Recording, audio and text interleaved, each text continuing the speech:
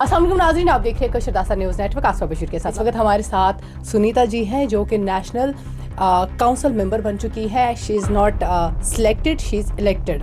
और इस वक्त हमारे साथ मौजूद है। बहुत बहुत शुक्रिया सुनीता जी आज आपका कीमती वक्त देने के लिए, चूँकि आज आपको फेलिसिटेट भी किया, यहाँ पर बहुत ऑनर भी दिया है आपको। आपसे ये सवाल रहेगा, चूँकि आने वाले इलेक्शंस हैं, ULB के इलेक्शंस हैं, तो क्या तैयारियाँ हैं उसके लिए।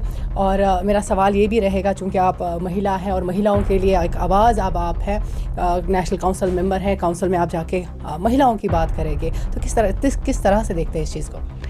देखो, मुझे सबसे पहले आपका मैं धन्यवाद करती हूँ। और पहले आपने बताया कि महिलाओं के लिए जी। तो मुझे नहीं लगता महिलाओं के लिए बात हमें करनी होगी, क्योंकि महिलाएं इतनी आगे हो गई कि बात करने की ज़रूरत नहीं है। मगर फिर भी हमें अगर कहीं कमी पेशी लगती है महिलाओं के लिए, तो हम आगे बात ज़रूर पहुँचाएंगे। महिलाओं को जो भी किसी चीज़ की मतलब लगता है कि हमें महिलाओं की किसी चीज़ की ज़रूरत है, कोई भी है, या कोई इलेक्शन की बात कर रहे हो, इलेक्शन का तो अच्छी तरीके से तैयारियां हो रही है। इलेक्शन धूमधाम से हो जाएंगे, अच्छी तरीके से हो जाएंगे, चाहे उसमें महिलाएं हों। बिल्कुल कोई एक ऐसी मैसेज जिन्होंने आपको सिलेक्ट किया है, इलेक्शन में आपको वोट दे के आपको जिताया है, उनके लिए कोई मैसेज, उनके लिए आप क्या करेंगे?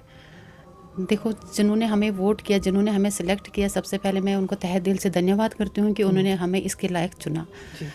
और उनके लिए जो भी उनकी कोई उम्मीदें हैं, जो भी वो चाहते हैं कि हमारे से, कि हम पूरी कोशिश करेंगे हम उनकी काम आ जाए और उनकी जो भी आवाज़ है हम आगे तक पहुँचाएं।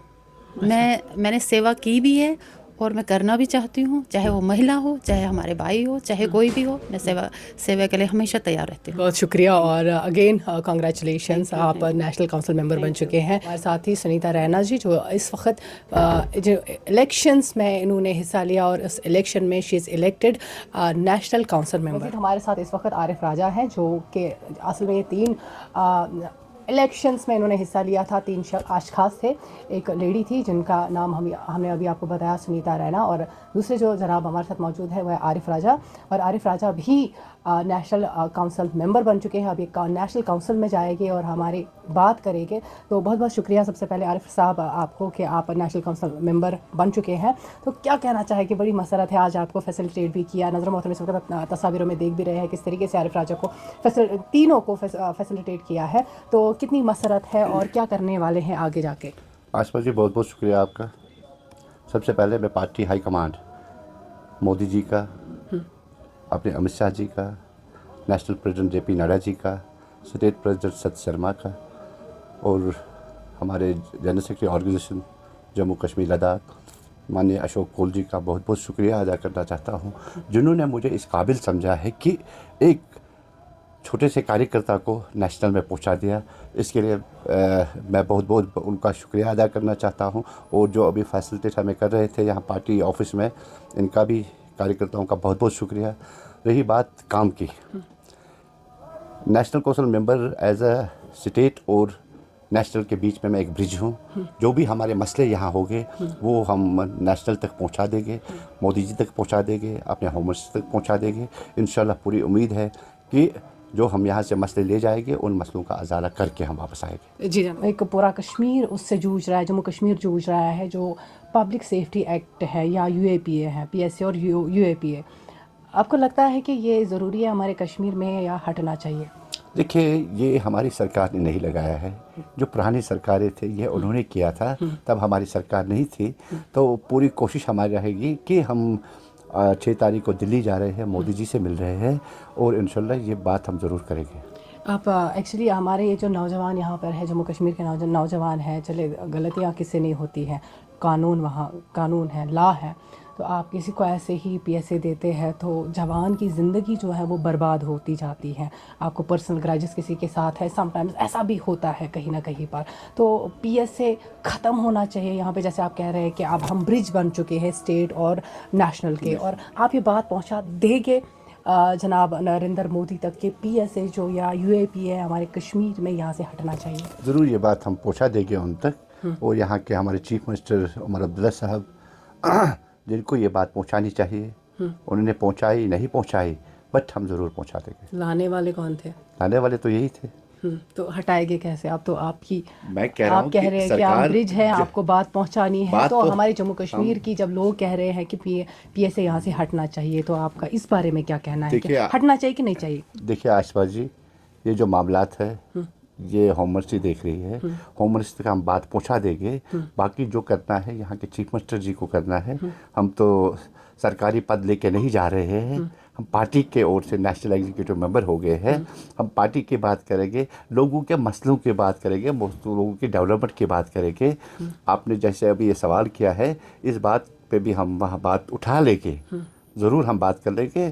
तो इंशाल्लाह आने वाले दौर में आपको इस चीज़ का भी रिजल्ट दिखेगा। क्योंकि आरिफ साहब आप सिलेक्टेड नहीं है, यू आर इलेक्टेड, लोगों ने आपको वोट किया है, तो उन लोगों का शुक्रिया अदा कैसे करेंगे और क्या काम है जो उनके करेंगे आने वाले वक्त में? जैसे कि जब आप कुर्सी कहीं पे संभालते हो तो फिर आप गायब हो जाते हैं, इनविजिबल होते हैं, डोर्स बंद हो जाते हैं। उन लोगों के लिए जिन्होंने आपको वोट दिया होता है, क्या आप ऐसा करेंगे?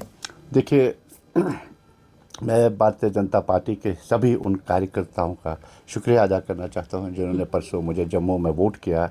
वही वोट उन्होंने हमारे स्टेट प्रेसिडेंट को किया है, तो उनका भी शुक्रिया अदा करना चाहता हूं। और भारतीय जनता पार्टी ने तब जाके हमें यहाँ कश्मीर से 3 को उठा के नेशनल में ले लिया, जब इनको पता है कि ये ग्राउंड लेवल पे दिखने वाले लोग हैं।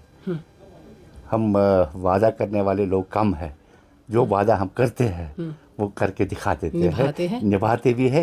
ये परसों उमर अब्दुल्ला साहब ने भी बता दिया, जो मोदी जी कहते हैं वो करके देते हैं। हम उसी के कार्यकर्ता हैं, उसी पार्टी के हम छोटे मोटे कार्यकर्ता हैं, जो हम वादा करेंगे लोगों से और जो वो वादा हम ज़रूर निभाएंगे। तो आने वाले यूएलबीज के इलेक्शन से कैसे देखते हैं इसको? देखिए, यूएलबी इलेक्शन आने वाले हैं। इंशाल्लाह भारतीय जनता पार्टी के कार्यकर्ता 24/7 तैयार रहता है इलेक्शन के लिए। जब लास्ट टाइम इलेक्शन हुआ था तब मैं खुद कॉर्पोरेटर बना था और उसके बाद चेयरमैन पब्लिक हेल्थ सैनिटेशन का रहा हूँ।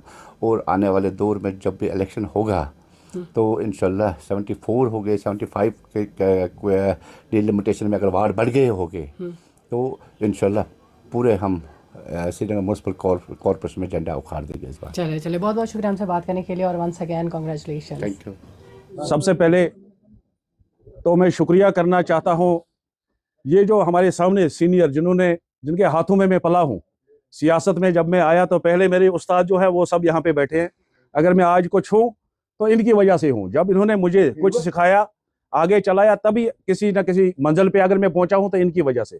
जो हमारे सामने बैठे हैं, तब तक मुश्किल था मेरा यहाँ पहुँचना। अगर इन्होंने मुझे सही तरीके से चलाया नहीं होता या सिखाया नहीं होता तो सबसे पहले मैं इनका शुक्रिया, उसके बाद में हमारी जो नेशनल हमारी टीम बैठी है उनका और अपने स्टेट के सभी लोगों का शुक्रिया अदा करना चाहता हूं।